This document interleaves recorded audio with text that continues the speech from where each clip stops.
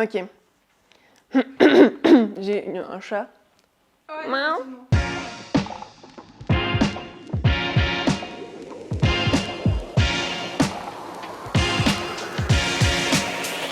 effectivement.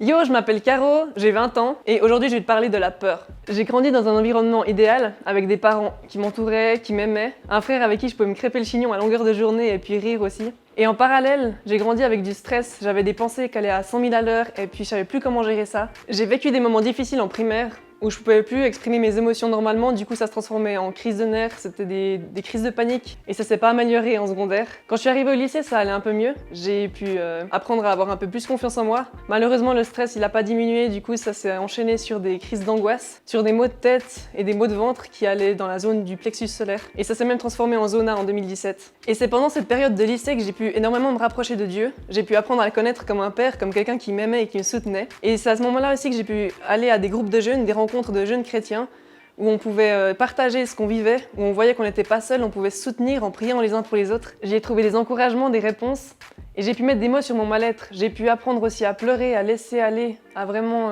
lâcher ce qui me pesait sur les épaules. J'ai vraiment pu apprendre à vivre un tête-à-tête avec Dieu, et ça m'a poussée à aimer les gens.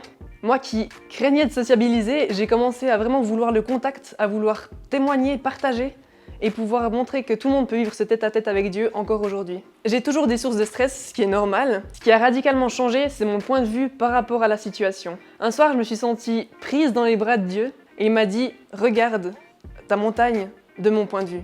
Tu regardes comme elle est petite et tu regardes à quel point elle a peu d'emprise sur l'ensemble de ta vie. » Ça m'a tellement encouragée que j'ai décidé vraiment de placer Jésus au centre et de plus écouter mes peurs et ça m'a permis d'avancer et de prendre le contrôle sur ce que je croyais me contrôler. Je me suis sentie apaisée et depuis cette paix, elle m'a plus quittée. Je peux vraiment aller dans n'importe quelle situation et je me sens accompagnée, je me sens vraiment plus seule.